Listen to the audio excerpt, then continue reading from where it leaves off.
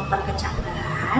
Kecambah bisa tumbuh kan dikarenakan endosperma atau cadangan makanan yang ada di dalamnya itu diuraikan lebih sederhana oleh siapa coba yang menyederhanakannya. Keren, yang ngerasa jawab enzim itu dapat dong skornya 100, boleh dikit ya. Dan itu adalah materi kita sekarang, so langsung aja ya, let's mulai. Salah satu ciri dari makhluk hidup adalah melakukan proses metabolisme atau serangkaian perubahan reaksi kimia dalam tubuh dan melibatkan enzim sebagai biokatalisator. Di mana biokatalisator artinya adalah dapat mempercepat reaksi tanpa merubah struktur kimia, walaupun pada akhirnya akan melakukan proses perombakan dalam proses katabolisme atau juga melakukan proses penyusunan substrat ya dalam proses anabolisme. Enzim sendiri memiliki beberapa sifat, antara lain yang pertama, enzim merupakan satu protein ya, makanya memiliki sifat termolabil atau tidak tahan panas. Kemudian yang kedua, enzim bekerja spesifik, jadi hanya untuk substrat tertentu. Contohnya amilase hanya untuk amilu, maltase hanya untuk maltosa.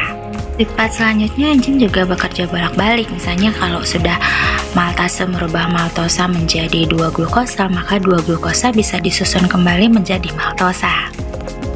Selanjutnya, sifat enzim itu adalah menurunkan energi aktivasi untuk mempercepat reaksi. Energi aktivasi digunakan untuk memutus ikatan reaktan atau bahan awal sebelum terjadi reaksi kimia untuk berubah menjadi produk.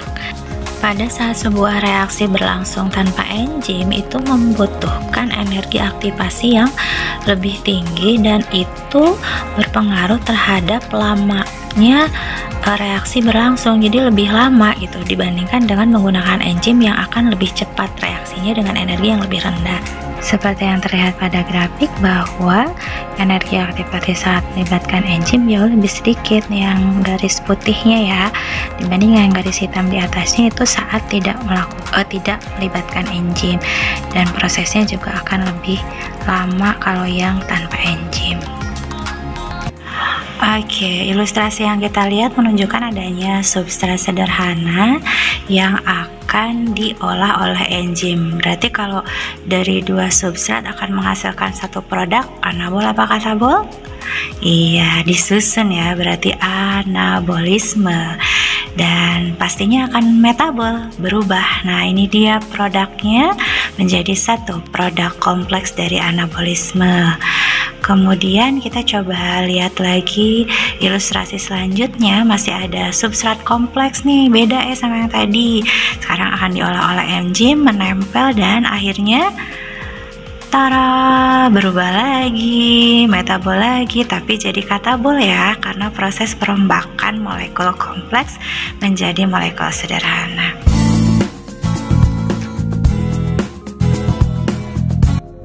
Struktur enzim keseluruhan yang disebut dengan holoenzim ya. Sementara holoenzim sendiri tersusun atas sisi yang ditempeli oleh substrat dan disebut dengan sisi aktif atau kofaktor. Sementara sisi yang tidak ditempeli substrat itu adalah apoenzim dan tersusun atas protein, makanya punya sifat termolabil atau tidak tahan panas dan bisa punya peluang denaturasi ya, atau rusak karena panas itu karena struktur proteinnya. Kofaktor sendiri terbagi menjadi dua, ada yang organik atau disebut juga koenzim, dan ada juga yang anorganik atau metal ya, disebut gugus prostetik. Misalnya untuk yang organik ada FADH, NADH, itu contoh koenzim. Sementara untuk yang kofaktor tuh ada ZN, Fe, Mg, itu adalah contoh-contoh dari kofaktor yang anorganik.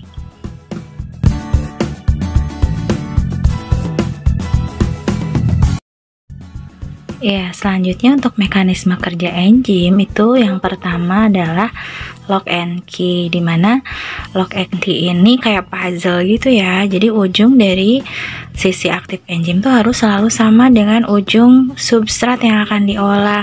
Nah, coba kita perhatikan, yang satu ada yang ujungnya seperti ini nih, substrat, kemudian ada yang begini dan bulat ya.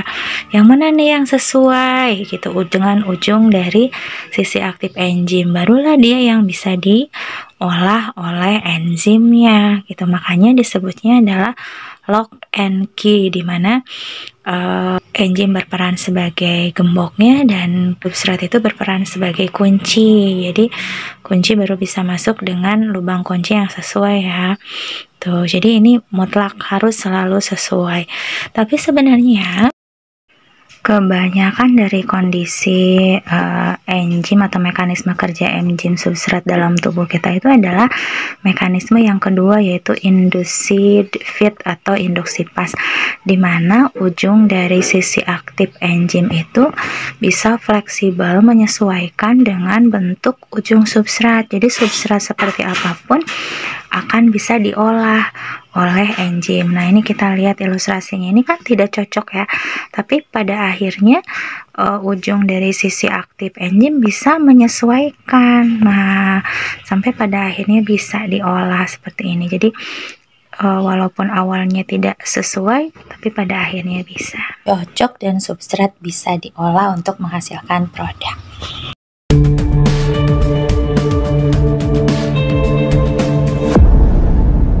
Faktor pertama yang berpengaruh terhadap mekanisme kerja enzim adalah suhu. Seperti yang terlihat pada grafik, start minimumnya itu adalah 10 derajat, kemudian naik sampai ke antara 37-38 ya, optimum sekali di situ, dan menginjak ke 40 udah mulai turun karena sifat dari enzim adalah termolabil atau tidak tahan panas dan mengalami denaturasi atau kerusakan pada saat suhu lebih dari 40 derajat seperti terlihat pada grafik.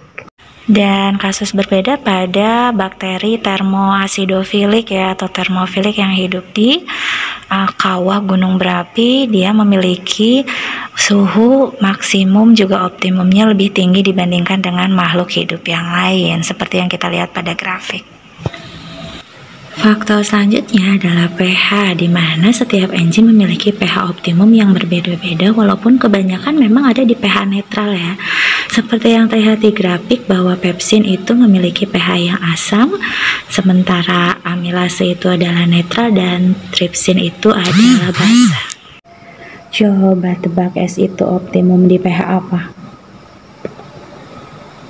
Oke, benar banget jawabannya B, karena S itu adalah tripsin dan optimum pada pH basa. Selanjutnya adalah konsentrasi substrat dan konsentrasi enzim juga berpengaruh terhadap mekanisme kerja enzim ya. Jika konsentrasi enzimnya banyak, maka laju reaksi akan semakin cepat dan substratnya juga harus sesuai jumlahnya. Jika jumlah substrat terlalu banyak tapi enzimnya sedikit, maka reaksi akan berjalan lambat, tapi pada akhirnya akan mencapai titik konstan. Faktor selanjutnya yang mempengaruhi kerja enzim itu adalah inhibitor. Kita lihat di sini ada yang merah tuh menghalangi substrat, jadi nggak bisa diolah. Nah, yang nempelnya di sisi aktif itu disebutnya kompetitif ya, karena bersaing sama substrat. Sementara untuk jenis enzim alosentris yang mempunyai dua sisi aktif, nah yang satunya tuh ditempelin inhibitor. Memang tidak bersaing dengan substrat di sisi aktif ya, tapi merubah sisi aktif enzim, yang akhirnya tetap aja enzimnya nggak bisa diolah. Tapi ada juga yang disebut dengan aktivator, dimana kalau aktivator itu bisa mengembalikan kembali fungsi dari sisi aktif yang awalnya nggak bisa mengolah. Ketika dia menempel, datang deh tuh substratnya, maka sekarang bisa deh diolah lagi. Coba kita perhatikan ya. Ya, katabol berlangsung atau perombakan berlangsung.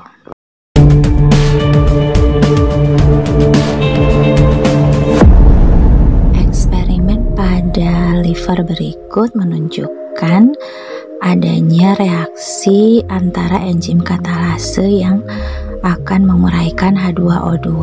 Jadi enzim katalase itu salah satu enzim yang terdapat di dalam hati atau liver ya, bisa liver ayam yang kita gunakan atau liver sapi.